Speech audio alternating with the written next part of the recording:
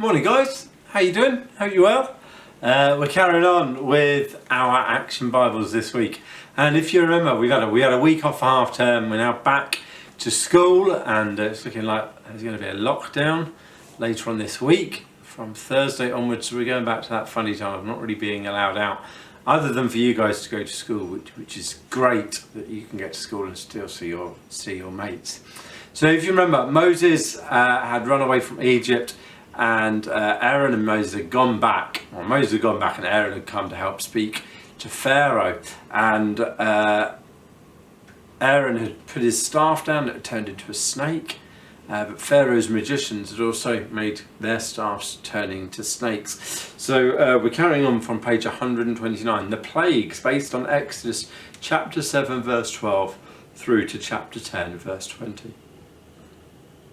But while Pharaoh watches, the serpent of Aaron swallows the serpents of the Egyptian magicians. Though disappointed, Pharaoh refuses to admit that Moses' God is more powerful than the gods of Egypt. Again, Moses asks God for help. And again, God tells him what to do. In the morning, Moses and Aaron meet Pharaoh on the bank of the Nile River. "Don't you have anything better to do than bother me during my morning bath?" said Pharaoh. "Because you won't let the Hebrews grow, this river will be turned to blood." At Moses' command, Aaron strikes the water with his rod, and the water turns red. "My sorcerers can do the same thing," said Pharaoh.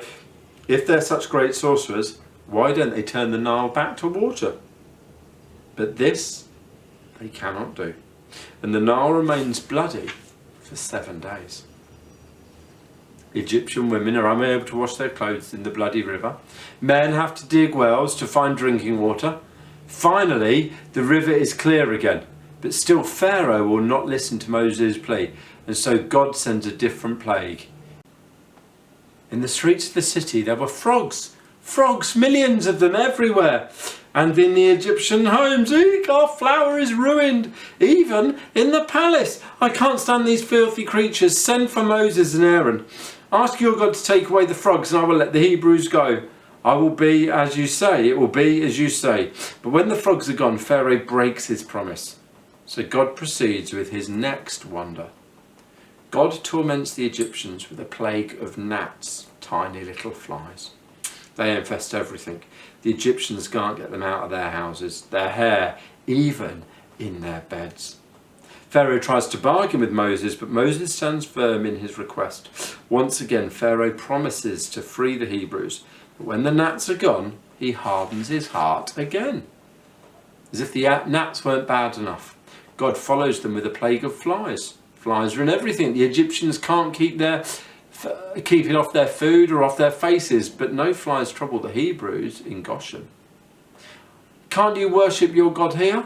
"No." Okay, you can go. But, like before, Pharaoh changes his mind. Then God sends disease upon the Egyptians, animals and livestock. Many of them die, but Pharaoh's heart is unyielding.